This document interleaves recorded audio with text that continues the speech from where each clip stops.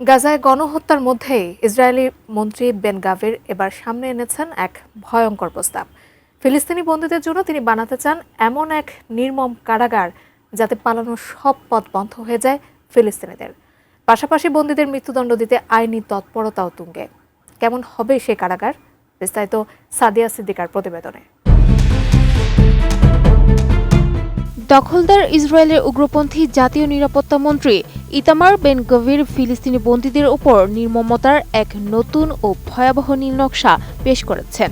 সম্প্রতি ইসরায়েলি কারা কর্তৃপক্ষের প্রধান কবি ইয়াকোবের সঙ্গে এক বৈঠকে তিনি প্রস্তাব দেন, ফিলিস্তিনি বন্দীদের আটকে রাখতে এমন এক কারাগার তৈরি করা হোক যার চারপাশে থাকবে হিংস্র কুমিরের বেষ্টনী। সংবাদ মাধ্যম মিডল ইস্টের প্রতিবেদন অনুযায়ী গত সপ্তাহে এক উচ্চ পর্যায়ের বৈঠকে এই প্রস্তাব দেন বেন গাভির। বৈঠকে উপস্থিত অনেক পুলিশ কর্মকর্তা বিষয়টি নিয়ে উপহাস করলেও ইসরায়েলি কারা কর্তৃপক্ষ বর্তমানে এই প্রস্তাবের সম্ভাব্যতা যাচাই করছে। প্রস্তাবিত কারাগারটি সিরিয়ার দখলকৃত গোলান উপত্যকার হামাদ গাদের অঞ্চলে স্থাপনের পরিকল্পনা করা হয়েছে। জর্ডান সীমান্তের কাছের এই অঞ্চলে আগে থেকেই একটি কুমির খামার ও চিড়িয়াখানা রয়েছে। RICL TMX, যুগের পর যুগ স্থাপনা থাকে মজবুত। বেন গাভির পরিকল্পনা হল সেই খামারের কুমির দিয়ে কারাগারটি ঘিরে ফেলা, যাতে কোনো বন্দী পালানোর সাহস না পায়।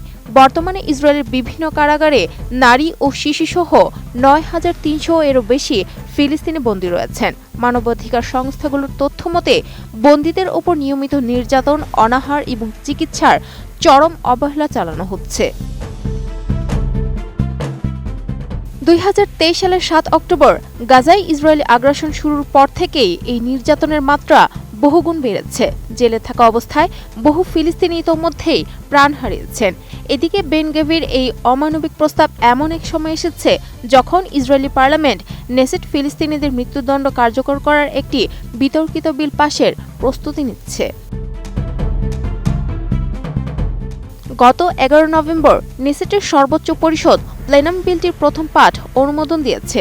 দ্বিতীয় ও তৃতীয় পাঠে উত্তীর্ণ হলে এটি আইনে পরিণত হবে, যা ইসরায়েলি বিচার ব্যবস্থায় এক কালো অধ্যায় হিসেবে চিহ্নিত হবে। গাজায় চলমান গণহত্যামূলক যুদ্ধে পরিস্থিতির ভয়াবহতা বর্ণনাতীত। ৭ অক্টোবর থেকে শুরু হওয়া অভিযানে এখন পর্যন্ত ৭০,৯০০ এরও বেশি ফিলিস্তিনি নিহত হয়েছেন, যাদের সিংহভাগই নারী ও শিশু। আহত হয়েছেন প্রায় ১,৭১,২০০ জন। পুরো গাজা উপত্যকা এখন ধ্বংসস্তূপে পরিণত হয়েছে। এমত অবস্থায় বেন গাভির কুমির ঘেরা কারাগারের প্রস্তাবটি ফিলিস্তিনিদের প্রতি ইসরায়েলের চরম বিদ্বেষ ও মানবাধিকার লঙ্ঘনের চূড়ান্ত বহিঃপ্রকাশ হিসেবে দেখা হচ্ছে। Sadia Siddika, ATN news.